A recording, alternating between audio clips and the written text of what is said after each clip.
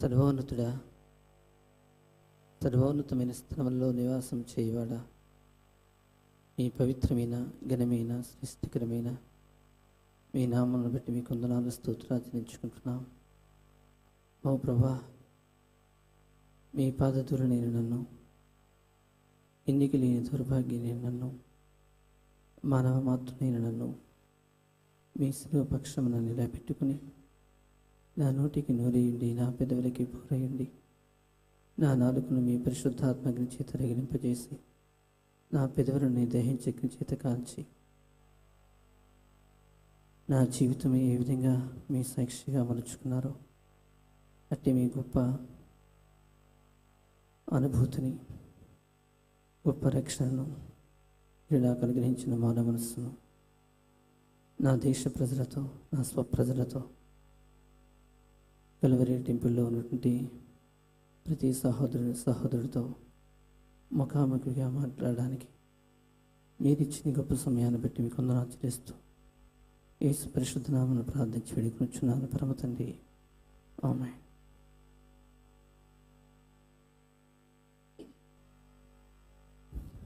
క్రీస్తునందు గౌరవనీయులైన నా తల్లిదండ్రులారా, తోబుట్టుకులారా,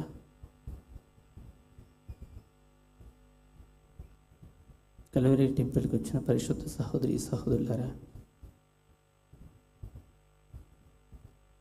తండ్రి అయిన దేవునికి, కుమారుడైన యేసుక్రీస్తు ప్రభుల వారికి,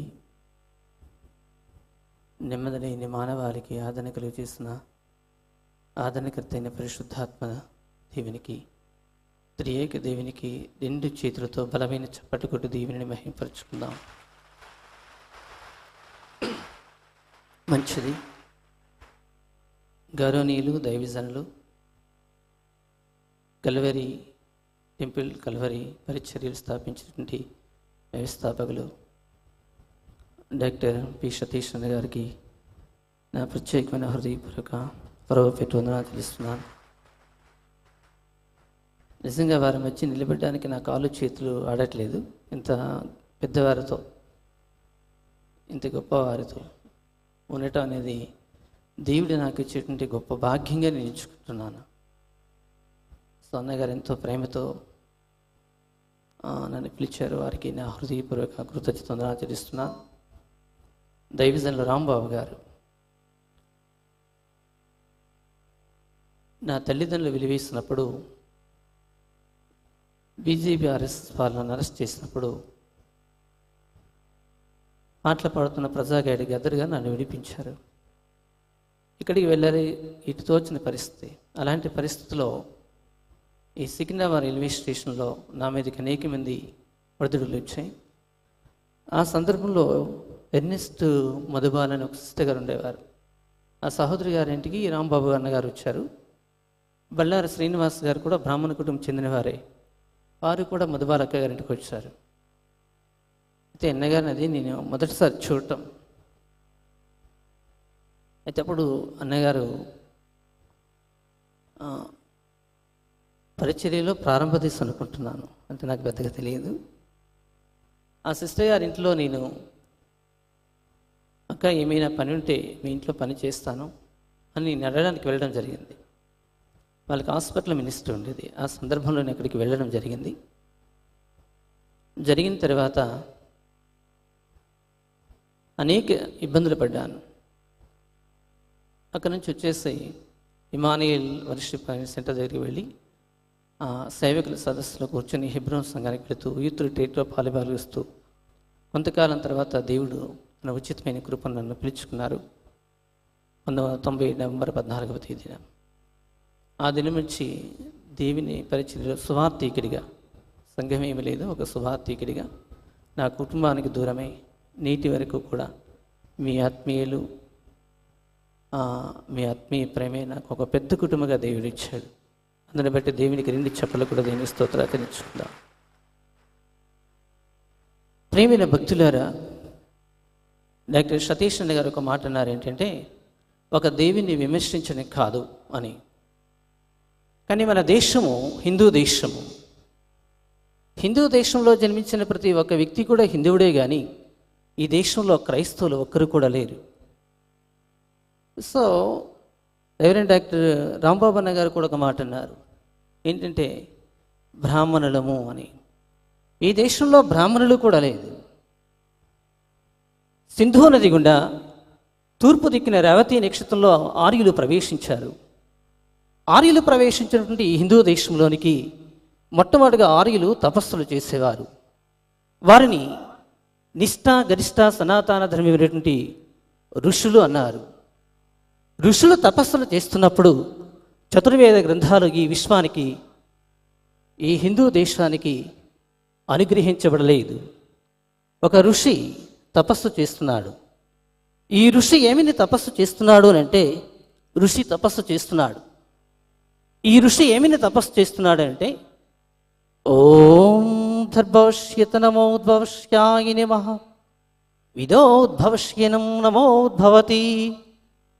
ఓంకార స్వరూపుడైన ఓ దేవా, ఆకారము లేనివాడా, అనోద్భవశ్యనం శూన్యోద్భవతి. సమస్తము అంధత్వము, సమస్తము శూన్య ప్రదేశము. దేవుడు ఓంకార స్వరూపుడు.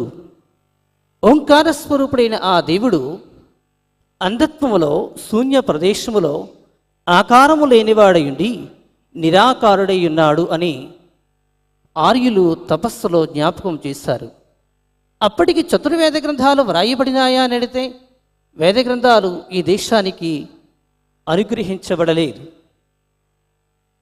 అరేబియా గుండా సింధు నాగరికత నిష్ఠ గరిష్ట సనాతన ధర్మమైనటువంటి ఆర్యుల ద్వారా, తాటిరేకు నిఘంటువు ద్వారా విధం కర్మేంద్రియ నమద్భవశ్యత భగవాన్ చయితే, విధి నుంచి కర్మయు, కర్మను తొలగించడానికి ఒక ఆధ్యాత్మికమైన ధర్మాన్ని వ్రాయాలని ఆర్యులు తాటిరేటి నిఘంటువుల ద్వారా అనుగ్రహించబడినటువంటి ఆ లేఖనములను చతుర్వేద గ్రంథాలుగా అనుగ్రహించి ఈ దేశానికి అనుగ్రహించబడినాయి.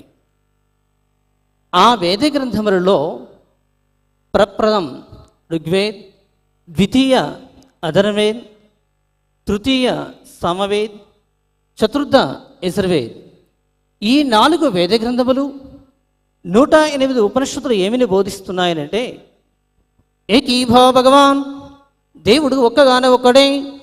తత్వాధ్యాయితే, తత్వముల వేరైనా దేవుడు ఒక్కడే. వేదాధ్యాయితే, వేదముల వేరైనా దేవుడు ఒక్కడే. పుస్తకాధ్యాయితే, పుస్తకాల వేరైనా దేవుడు ఒక్కడే. ఏకీ తృతీయైతే నమస్తే ఏకీ భావ భగవాన్, త్రికాలముల వేరైనా, ప్రకృతి వికృతుల వేరైనా దేవుడు ఒక్కడే. ఏక నామకరణ భగవాన్, ఏక ఒక్క నామకరణం పేరు భగవాన్, దేవుడు, దేవుడికి పేరు ఒకటే. అక్షయానామకన్న భగవాన్, అక్షయుడు స్థిరమైన వాడు అయి ఉన్నాడు. 2 చెప్పలు కూడా దేనికి స్తోత్రాలు చెల్లించుకుందాం.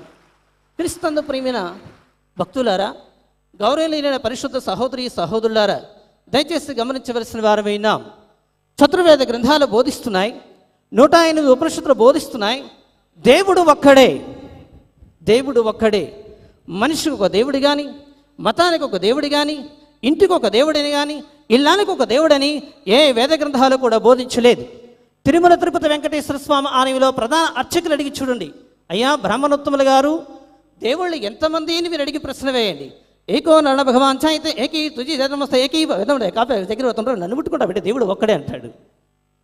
దేవుడు ఒక్కడే కానీ మనిషి ఒక దేవుడు, మతానికి ఒక దేవుడు, ఇంటికి ఒక దేవుడు, ఇల్లానికి ఒక దేవుడని ఏ వేద గ్రంథాలు కూడా బోధించలేదు.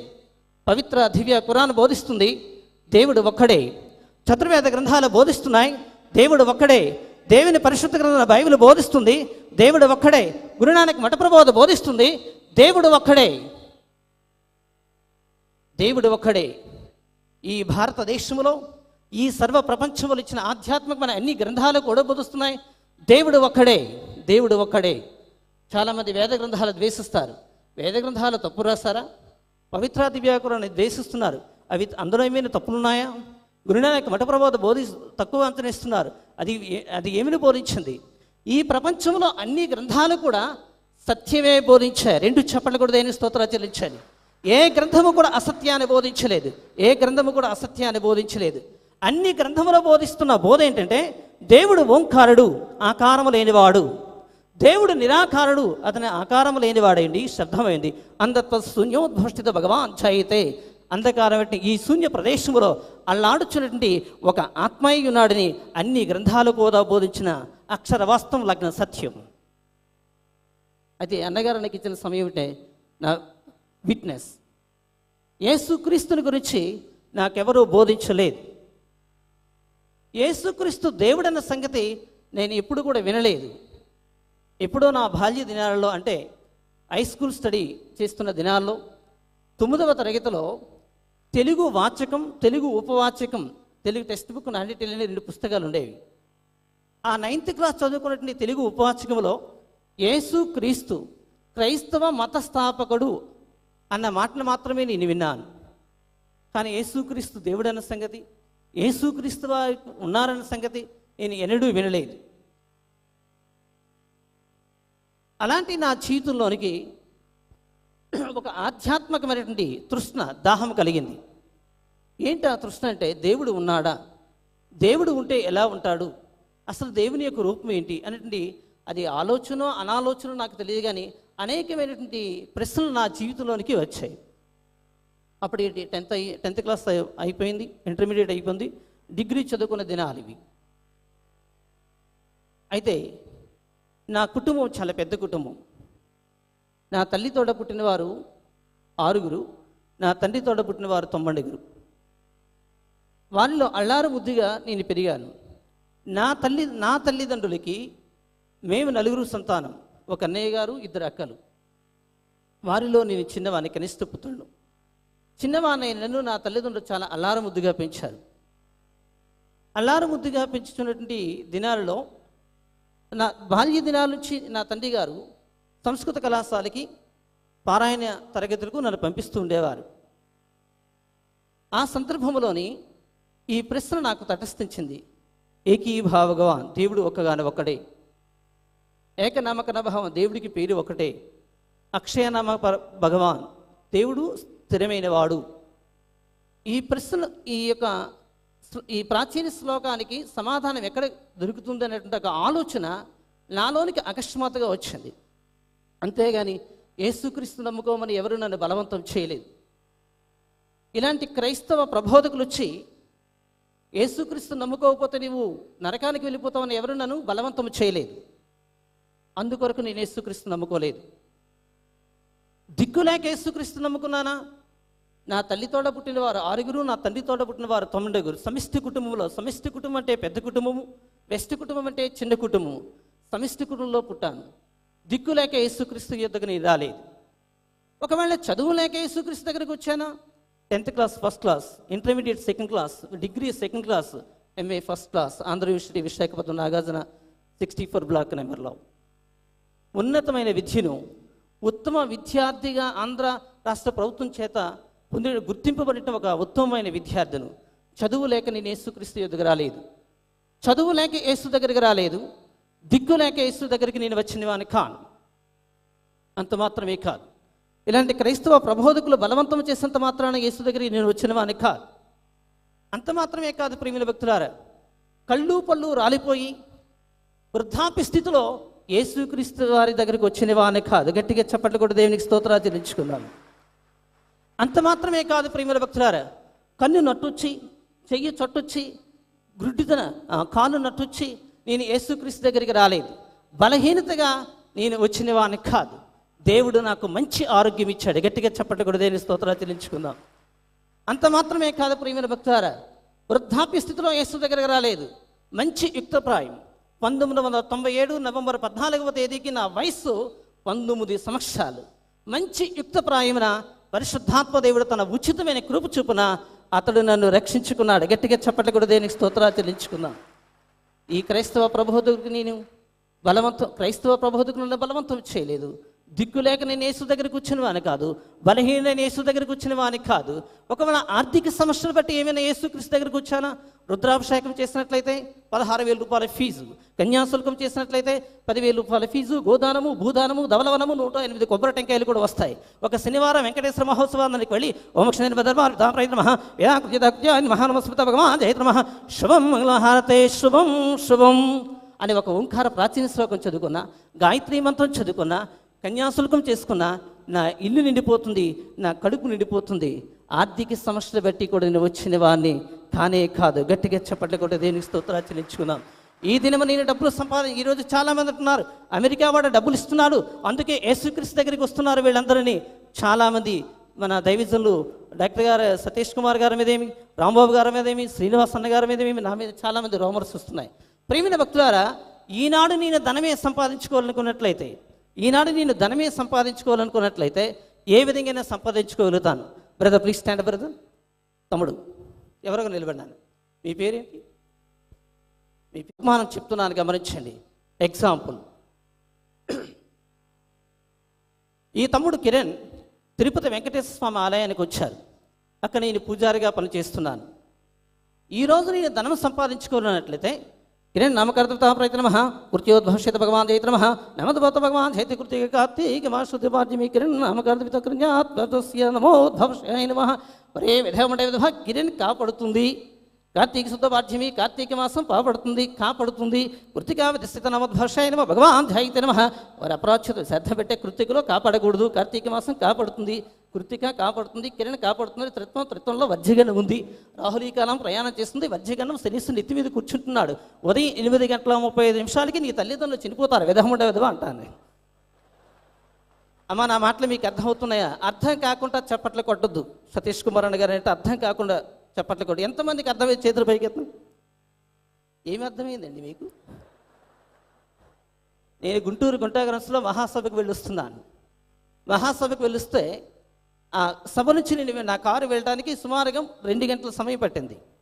ఆ కన్వీనర్ని జ్ఞాపకం చేసుకుంటూ ఒక భార్యాభర్తలు వచ్చారు.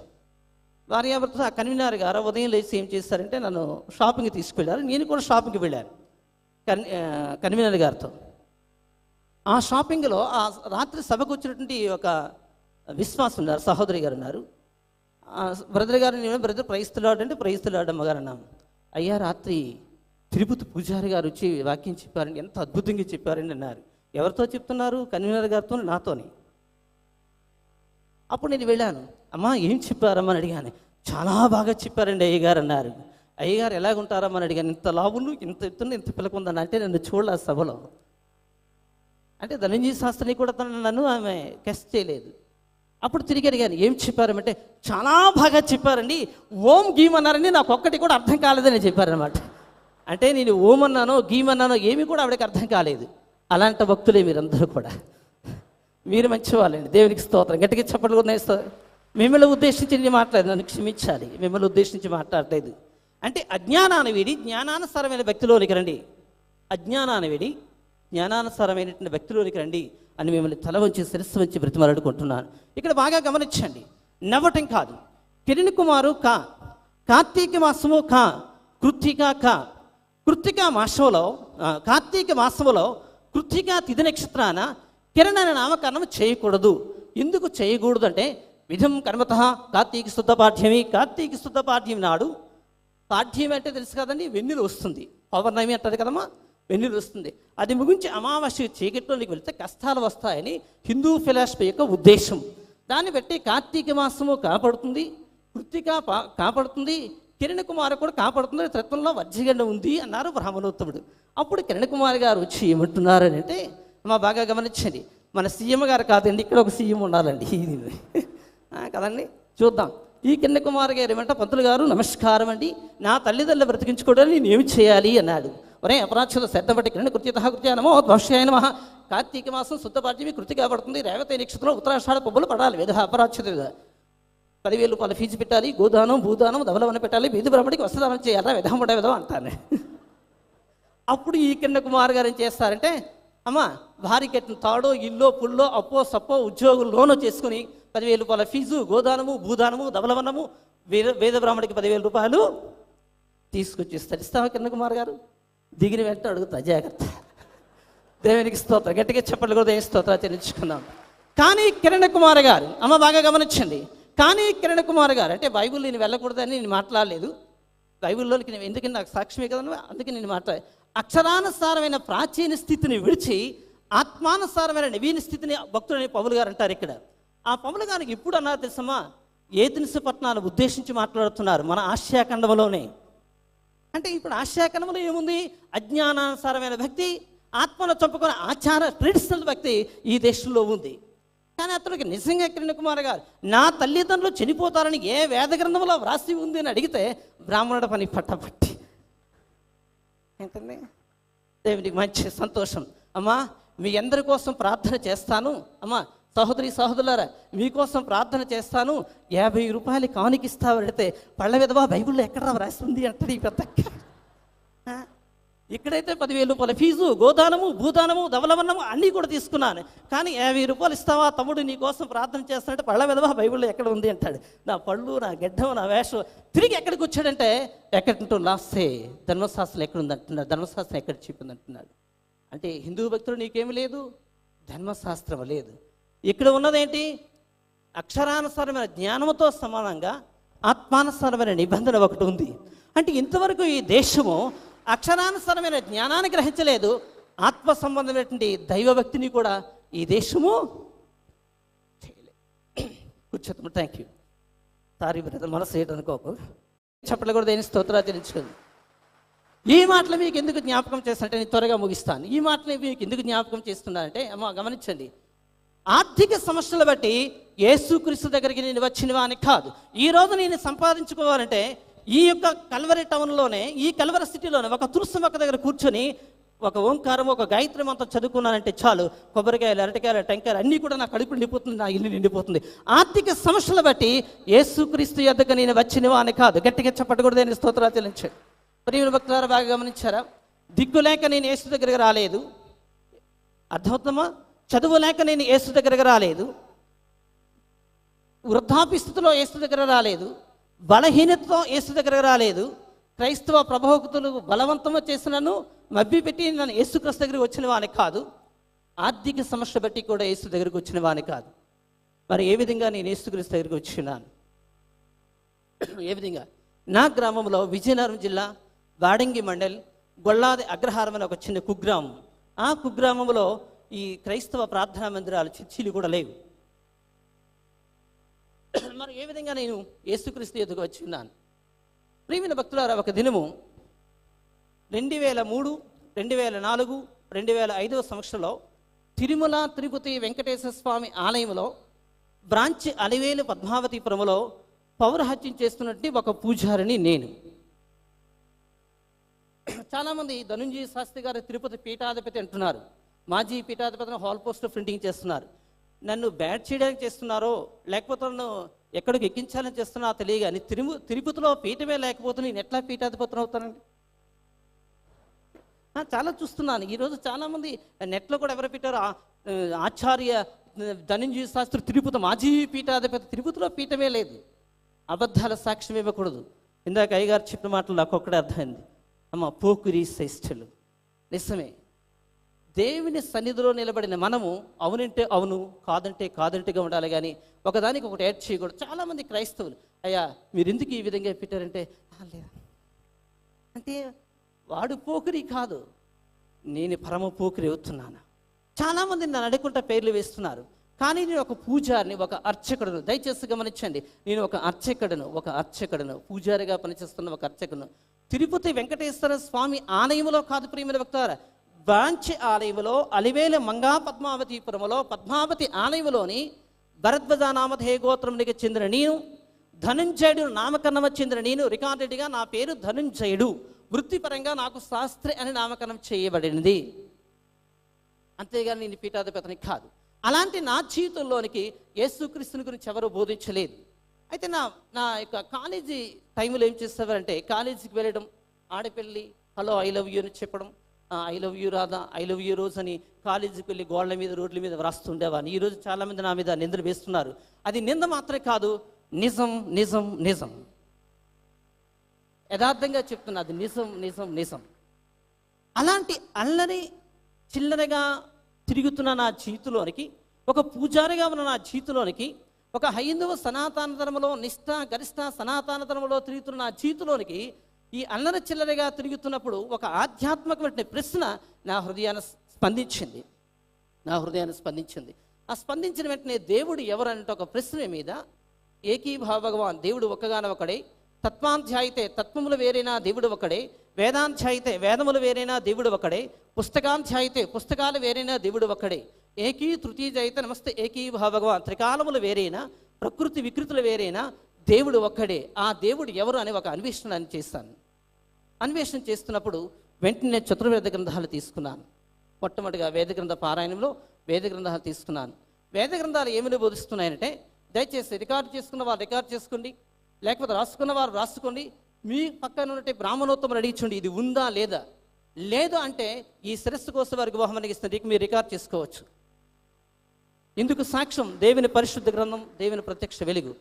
ప్రథమ వేదము ఋగ్వేదము, అష్ట దిగ్గజం, అష్టమి 8, దిగ్వ 2, 102వ పన్నాలో చెప్తుంది, ప్రజాపతి యజ్ఞం, ఆది దేవుడు యజ్ఞముగా రావాలి, యజ్ఞం వర్ధవ్యే, యజ్ఞముగా వచ్చినవాడు వధించబడాలి, యజ్ఞం తదక్షే తత్ప్రాప్తి దేవోభవ, ఆ యజ్ఞము తక్షణమే సకల జీవ ప్రాణుల అన్నింటికీ రక్తమును చిందించాలి, రక్త ప్రోక్షత నమస్యావి, తన స్వంత రక్తమును చిందించాలి, మరణ హోమం ప్రజాపతి యజ్ఞం, మరణాన హోమ యజ్ఞముగా జయించాలి అన్నారు. 2 చప్పట్లు కూడా దేని స్తోత్రాచరించండి.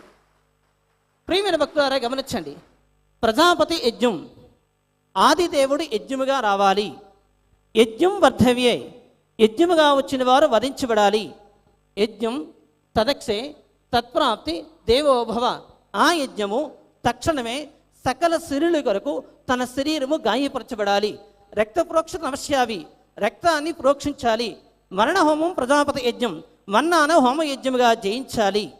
రంగు రుచి వాసన లేని ఈ దైవగుణ లక్షణాలు ఎవరిలోనైతే ఉంటాయో ఆయనే సృష్టికర్త అయిన దేవుడు. గట్టిగా చెప్పట్టకూడదు, దేని స్తోత్రాలు చెల్లించాలి.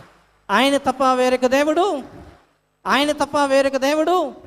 అమ్మ అందరూ గట్టి చెప్పిన ఆయన తప్ప వేరొక దేవుడు. ఇంకా గట్టి చెప్పాలి, ఆయన తప్ప వేరొక దేవుడు. ఇంకా మరొకటి చెప్పాలి, ఆయన తప్ప వేరొక దేవుడు లేడా. ఎంత చక్కపల్లి ఉన్నాడా అని నువ్వే చెప్తున్నావు. ఏనైనా ఆయన తప్ప వేరొక దేవుడు లేడు. నిన్న నేను ఉన్నానా చెప్పండి అమ్మా, నిన్న నేను ఉన్నానా? ఈరోజు లేడంటే రేపు వస్తాడు. ద్వాపరయుగంలో లేడు, త్రేతాయుగంలో వస్తాడు. కృతాయుగంలో లేడు, ద్వాపరయుగంలో వస్తాడు. ద్వాపరయుగంలో లేడు, త్రేతాయుగంలో వస్తారు. త్రేతాయుగంలో లేరు, కలియుగంలో వస్తాడు. అంటే మీరు చెప్తున్నారు లేడు అంటే రేపు వస్తాడని మీరే చెప్తున్నారు. కానీ అధర్వణ వేదం ఏమని బోధిస్తుంది? ధరణి ఆకృతి, ఆహాహో ధరణి భూమి, ఆహో పైన, ఆకృతి ఆకాశము, పైన ఆకాశము యందు క్రింద భూమి యందు, జలం లోయో ప్రాప్తి క్రింద నీళ్ళ యందు, ఏకరూపంతర్యామి, ఒకే ఒక రూపంలో ఉన్నవాడు, ఉన్నవాన్ నా మధ్యేయం భవతి, ఉన్నవాడనేనా నేనే. 2 చప్పట్లు కూడా ఆయన స్తోత్రాలు చెల్లించాలి. పైన ఆకాశం యందు కానీ క్రింద భూమి యందు కానీ భూమి క్రింద నీళ్ళ యందు కానీ ఏ రూపంలో ఉన్నవాడు నేనే తప్ప వేరొక దేవుడు ఉండకూడదు. గట్టిగా చప్పట్లు కూడా ఆయన స్తోత్రాలు చెల్లించండి. నేను తప్ప వేరొక దేవుడు, అమ్మ చెప్పండి, నేను తప్ప వేరొక దేవుడు లేడు అంటే రేపు వస్తాడు. జాగ్రత్త ప్రియమైన సహోదరి సహోదరుడా, నేను తప్ప వేరొక దేవుడు ఉండకూడదు. గట్టిగా చెప్పకూడదు. స్తోత్రాలు చెల్లించండి. దేవుడు ఒక్కడే, అంతేగాని మతకం ఆ దేవుడు, ఇంటికో ఆ దేవుడు, ఇల్లాలకు ఒక దేవుడిని ఏ వేద గ్రంథాలు కూడా బోధించలేదు. దేవుడు ఒక్కడే, దేవుడు దేవుడే, సత్యము సత్యమే. ఇంకా నీకు ఒక దేవుడు, నాకు ఒక దేవుడు ఏంటండి? మనిషికి ఒక దేవుడు, మతానికి ఒక దేవుడు ఎవరు చెప్పారండి మీకు?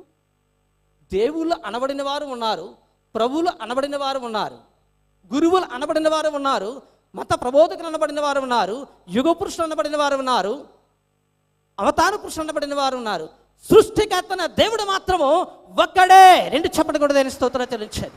ప్రియమైన సహోదరి సహోదరులారా, ఎవరు నన్ను యేసుక్రీస్తుని గురించి నాకు బలవంతం చేయలేదు, కానీ నేను చదువుతున్న వేద గ్రంథముల ద్వారా నేను నిజమైనటువంటి సృష్టికర్తన దేవుని ప్రత్యక్షముగా కనుగొని అతడు తన ఉచితమైన కృప చొప్పున ఆయనే నా పాపం నుంచి నా శాపం నుంచి నన్ను విడిపించి అతడు నాలోనికి ఒక అన్వేషణ పంపించి అతడే నన్ను రక్షించుకొని ఉన్నాడు. 2 చప్పటి కూడా దేని స్తోత్రాలు చెల్లించుకున్నాను.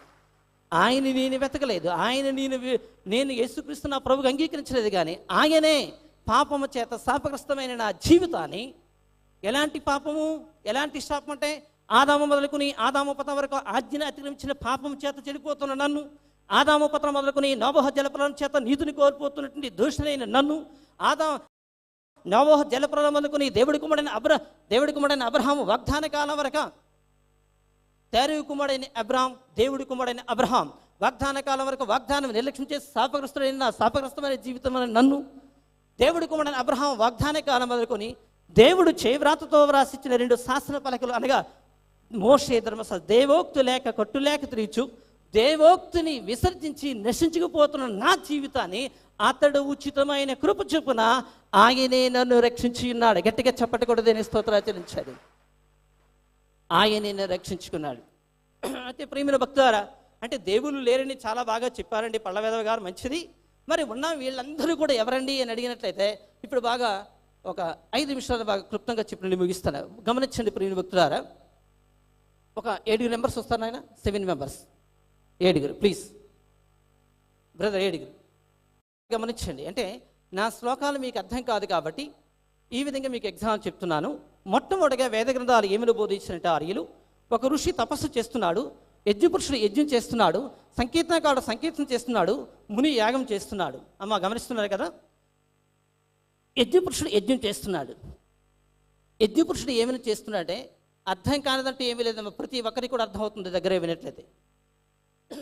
యజ్ఞపురుషుడు ఏమైనా యజ్ఞం చేస్తున్నాడంటే ఓం చలోద్భవస్యాయ నమః స్వాహా తదోద్భవస్యనం తత్వస్య నమోద్భవస్యాయ నమః ఓం ఓం ఓం శాంతి శాంతి శాంతి అని యజ్ఞపురుషుడు యజ్ఞం చేస్తున్నాడు, ఋషి తపస్సు చేస్తున్నాడు. తత్తోద్భవస్యనం విదోద్భవస్యనం భవస్యత నరోద్భవస్యనం దివ్యనేత్రోద్భవస్యనం శుభం శుభం అని ఋషి తపస్సు చేస్తున్నాడు. ముని యాగం చేస్తున్నాడు, ఋషి తపస్సు చేస్తున్నాడు, సంకీర్తనకారుడు సంకీర్తన చేస్తున్నాడు, యజ్ఞపురుషుడు యజ్ఞం చేస్తున్నాడు. మనిషి ఏమనుకున్నాడంటే తపస్సు చేస్తున్న ఋషి తపస్సు చేస్తే ఋషినే దేవుడు అనుకున్నాడు మనిషి.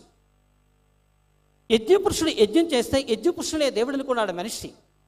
సంకీర్తనకారుడు సంకీర్తన చేస్తే సంకీర్తనకారునే దేవుడు అనుకున్నాడు మనిషి. ముని యాగం చేస్తే మునినే దేవుడు అనుకున్నాడు మనిషి. కానీ ఋషి దేవుడైనట్లయితే ఋషి ఎవరికి తపస్సు చేశారు అన్నది మానవుడు ఒక్కసారైనా గ్రహించాడా? యజ్ఞపురుషుడు దేవుడైనట్లయితే యజ్ఞపురుషుడు ఎవరికి యజ్ఞం చేశారు మానవులు ఒక్కసారైనా గ్రహించారా? సంకీర్తనకారుడు దేవుడైనట్లయితే సంకీర్తనకారుడు ఎవరికి సంకీర్తన చేశాడు మానవుడు ఒక్కసారైనా గ్రహించారా?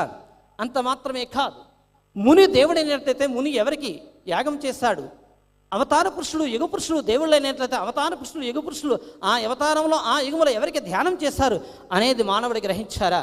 ఇందుని గురించి వేద గ్రంథాలు చాలా స్పెసిఫిక్గా సాక్ష్యం ఇచ్చాయి.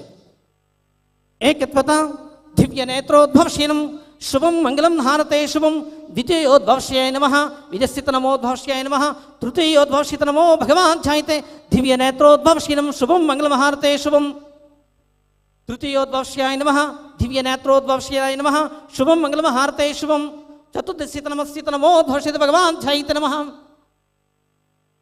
ఇప్పుడు చూద్దాం, ఓంకార స్వరూపుడైన దేవుడు తత్వం త్యాగమునకును తత్వమునకును ప్రకృతి వికృతికరైనటువంటి ఆకాశమును భూమిని పెద్ద నక్షత్రాలను చిన్న నక్షత్రాలు చేసి అతడు దివ్య నేత్రముతో చూసి శుభం మంగళం హారతే శుభం శుభము అని పలికెను.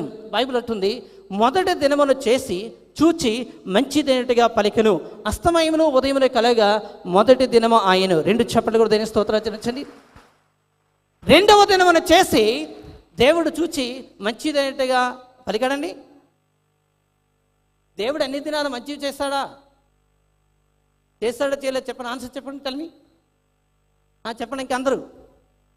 ప్రియమైన భక్తులారా, రెండవ దినము దేవుడు మంచిదైనట్టుగా చూచి ఉండలేదు. మూడవ దినమును చేసి మంచిదైనట్టుగా చూశాను. నాలుగవ దినమును చేసి మంచిదైనట్టుగా చూశాను. ఐదవ దినమును చేసి మంచిదైనట్టుగా చూచాను. ఆరవ దినము నరుడు చేసి మంచిదైనట్టుగా చూశాను. ఏడవ దినము విశ్రాంతిని చూసి కూడా మంచిదైనట్టుగా చేస్తాను. కానీ రెండవ దినము మంచిదైనట్టుగా చూడలేదు. ఎందుకు రెండవ దినమున మంచిదైనట్టుగా దేవుడు చూచుండలేదు? ఆ మర్మమే ఈనాడు భూమిని తలక్రిందులుగా చేస్తుంది. రెండు చప్పట్లు కూడా దేనికి స్తోత్రాలు చెల్లించాలి. మత విద్వేషములు పుట్టించింది ఆ రెండవ దినం యొక్క మర్మమే. ఆ మర్మమును గ్రహించినట్లయితే ఈ లోకంలో మత విభేద దేశములు ఉండేవి కాదు. మీ దేవుడు మా దేవుడు మీ మతం అనేది ఉండేది కాదు. అసలు రెండవ దినం సీక్రెట్ ఏంటి? బైబిల్ ఉన్నవారు చూసుకోండి. ఆదికాండం 1వ అధ్యాయం 4-5 వచనాలు ఒకటి దినమే కనిపిస్తుంది. 7-8 వచనాలు చూసినట్లయితే రెండవ దినం కనిపిస్తుంది. 13లో 3వ దినం, 19లో 4వ దినం, 23 5వ దినం. ఇలా అన్ని దినములు చేసి దేవుడు చూచి మంచినట్టుగా రెండవ దినం మంచినట్టుగా పలకలేదు. సరే చూద్దాం. భూమిని ఆకాశములు చేశాడు, సూర్యచంద్ర నక్షత్రాలు చేశాడు కదమ్మా. విత్తనాలు చేశారు, ప్రాకు పురుగులు చేశారు, చతుష్పాద జంతువులు చేశారు, సముద్ర జనములో మత్స్యాలు కూడా చేశాడు. ఇవి అన్నీ చేసిన తర్వాత 6వ దినమున దేవుడు ఏమన్నాడంటే, ప్రియభక్త 6వ దినం ఏమనుకున్నాడు దేవుడు? ఆదికాండం 1వ అధ్యాయం 26 వచ్చి చదువుతాముడు. ఆదికాండం 1వ అధ్యాయం 26 వచ్చాడు చదువుతాడు. దేవుడు మనస్వరూపమందు మన పోలిక చొప్పున నరులు చేశాడా చేయలేదా చెప్పండి. నరులు ఎవరు చేశారమ్మా చెప్పండి, అందరు గట్టి చెప్పండి. నరులు చేశాడా చేయలేదా? ఎంత చక్కగా నాకు లోపల ఏం పాస్ అన్న సరి చేశారా? ఏమిటి అన్నగారు చదివిన వారు చేశారా? ఎక్కడ చేశారు? చదువు please read. The God's plan is there. దేవుడు ప్రణాళిక కలిగి ఉన్నాడు కానీ దేవుడు చేయలేదు.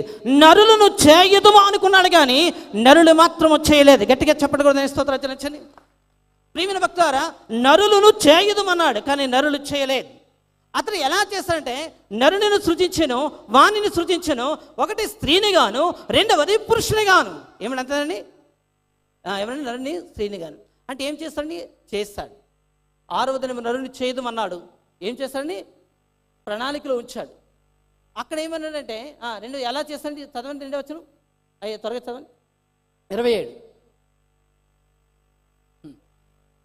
27 1:27 ఏం చెబుతున్నా తమ్ముడు? దేవుని స్వరూపం ఉందో వాణిని సూచించను, ఒకటి స్త్రీని గాను. మొట్టమొదటిగా దేవుడు ఆ స్త్రీని చేస్తాడా పురుషుని చేస్తాడా? ఎవరిని చేస్తారా? దేవుడు స్త్రీని చేస్తాడు. ఆదాం చేస్తాడు, అవ్వం చేస్తాడు. మరి ఇక్కడ స్త్రీ ముందుంది, పురుషుడు వెనకతున్నాడు ఏంటి? ఏమండి? ఒకటి స్త్రీని గాను, రెండవది పురుషుని గాను. అంటే దేవుడి యొక్క ప్రణాళికలో స్త్రీ ఉంది, దేవుడి యొక్క ప్రణాళికలో పురుషుడు ఉన్నాడు. నిర్మాణంలోని మాత్రము దేవుడు ఆదామునే చేస్తాడు. రెండు చప్పట్లు కూడా దేని స్తోత్రాలు చెల్లించండి.